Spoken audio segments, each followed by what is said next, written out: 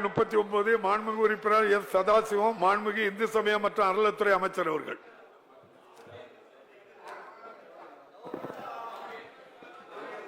மாண்புமிகு பேரவைத் தலைவர் அவர்களே, நம்முடைய உறுப்பினர் கோரியிருக்கின்ற இந்த திருக்கோயில் என்பது 30 ஆண்டுகளுக்கு முன்பு குடமுழுக்கு நடத்தப்பட்ட திருக்கோயிலாகும்.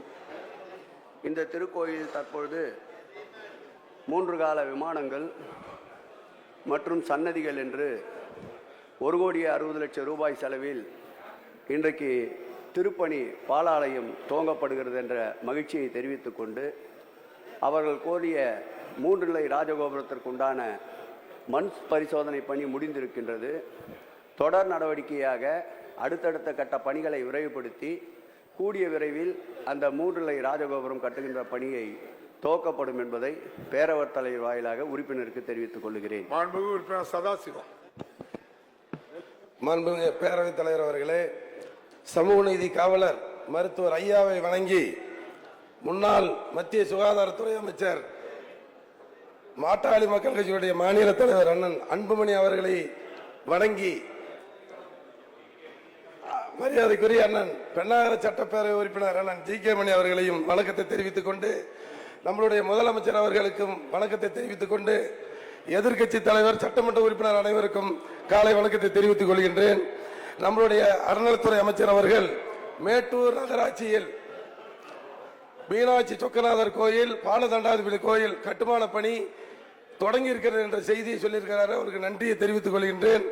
அந்த கோயிலுக்கு ராஜகோபுரம் வேண்டும் என்று கேட்டும் அதுவும் அது ஆய்வில் இருக்கின்ற சொல்லுகிறார்கள். அந்த கோயிலை ஒரு 17 சென்ட் ஆக்கிரமிப்பு இருக்குது, அதை அகற்ற வேண்டும். அதே மாதிரி கோயில் குடமுழுக்கு செய்யும் போது அன்னதானம் அந்த கோயிலை சேர்த்த வேண்டும். மேச்சேரி ஒன்றியம் கொளத்தூர் ஒன்றியத்தில் நம்மளுடைய சலகண்டேஸ்வரர் கோயில், பாலவாடியில் சலகண்டேஸ்வரர் கோயில் 15 ஆண்டு காலம் குடமுழுக்கு செய்யாமல் இருக்கின்றது. குடமுழுக்கு செய்யுமாறு அன்போடு கேட்டுக்கொள்கின்றோம்.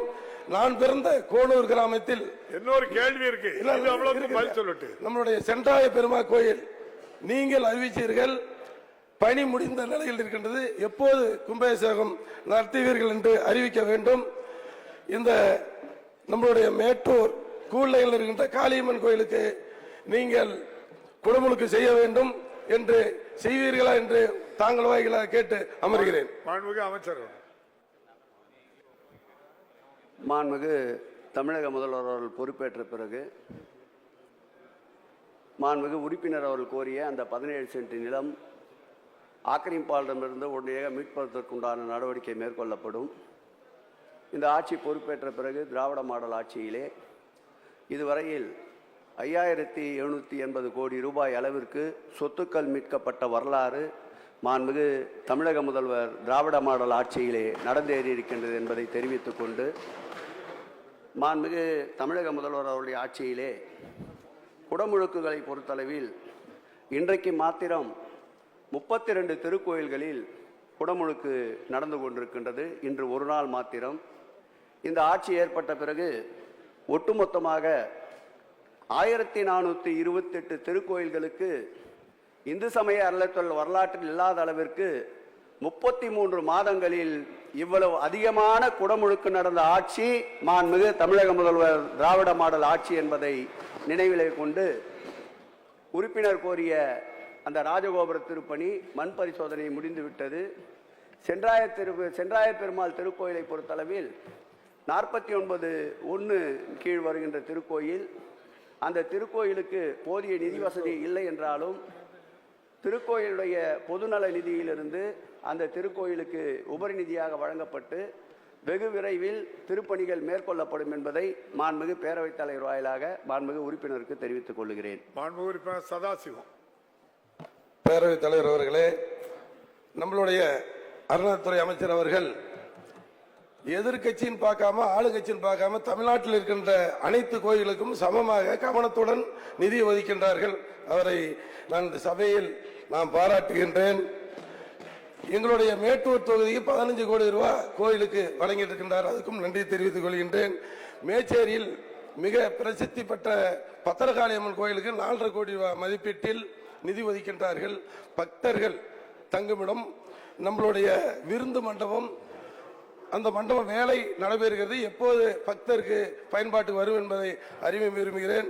அதே போன்று சேலத்தில் அருள் சட்டப்பேரவை மேற்கு தொகுதியில் மிக சக்தி வாய்ந்த வெண்ணங்குடி முனியப்பன் கோயில் ஒரு நாளைக்கு 200 300 வாகனங்கள் பூஜை செய்கிறார்கள்.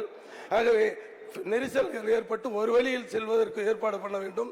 நீண்ட வரிசையில் மக்கள் இருக்கின்றார்கள். நிழல் கூடம் அமைத்து கொடுக்க வேண்டும். வருமானம் அதிகமாக இருக்கின்ற அந்த கோயிலுக்கு வெண்ணங்குடி சேலத்தில் இருக்கின்ற வெண்ணங்குடிகளுக்கு இந்த திட்டத்தை செயல்படுத்த வேண்டும். எங்களுடைய வெள்ளாரில் நம்மளுடைய வெள்ளார் திருக்கோயிலில் பெண்டிங்காக இருக்கின்ற அந்த கோயிலுக்கு உடமுழுக்கு செய்ய வேண்டும் என்று இந்த நேரத்தில் தெரிவித்துக் கொண்டு, அறநிலையத்துறை அமைச்சர் என்னோட மேட்டூர் தொகுதிக்கு அதிகமாக நிதி ஒதுக்கி தந்திருக்கின்றார்கள். அதே போன்று 3 கோயில், நம்மளுடைய பசுபதீஸ்வரர் கோயில் மேச்சேரி, நம்மளுடைய ஒரே நிமிஷம், மாவட்டம் முழுவதும் இருக்க எல்லா என் தொகுதி தான், என்னோட தான். நம்மளுடைய மேச்சேரி பசுபதீஸ்வரர் கோயில்களுக்கு குடமுழுக்கு அறிவிச்சீர்கள். அதே மாதிரி காமாட்சி அம்மன் கோயிலுக்கு அறிவிச்சிருக்கிறீர்கள். புக்கமட்டி சென்றாய பெருமாள் கோயிலுக்கு அறிவிச்சீர்கள். வேலை தொடங்கப்பட்ட நிலையிலே இருக்கின்றது. அந்த வேலையை வேகப்படுத்தி குடமுழுக்கு எப்போது நீங்கள் நடத்துவீர்கள் என்று அன்போடு கேட்டு அமர்கிறேன். வணக்கம். மாண்புமிகு அமைச்சர் அவர்கள். மாண்புமிகு பேரவைத் தலைவர் அவர்களே, அவர்கள் முதலில் கோரிய பத்ரகாளி மேச்சூர் பத்ரகாளி அம்மன் திருக்கோயிலில் உறுப்பினருக்குத்தான் பதிலை சொல்லிக் கொண்டிருக்கின்றேன்.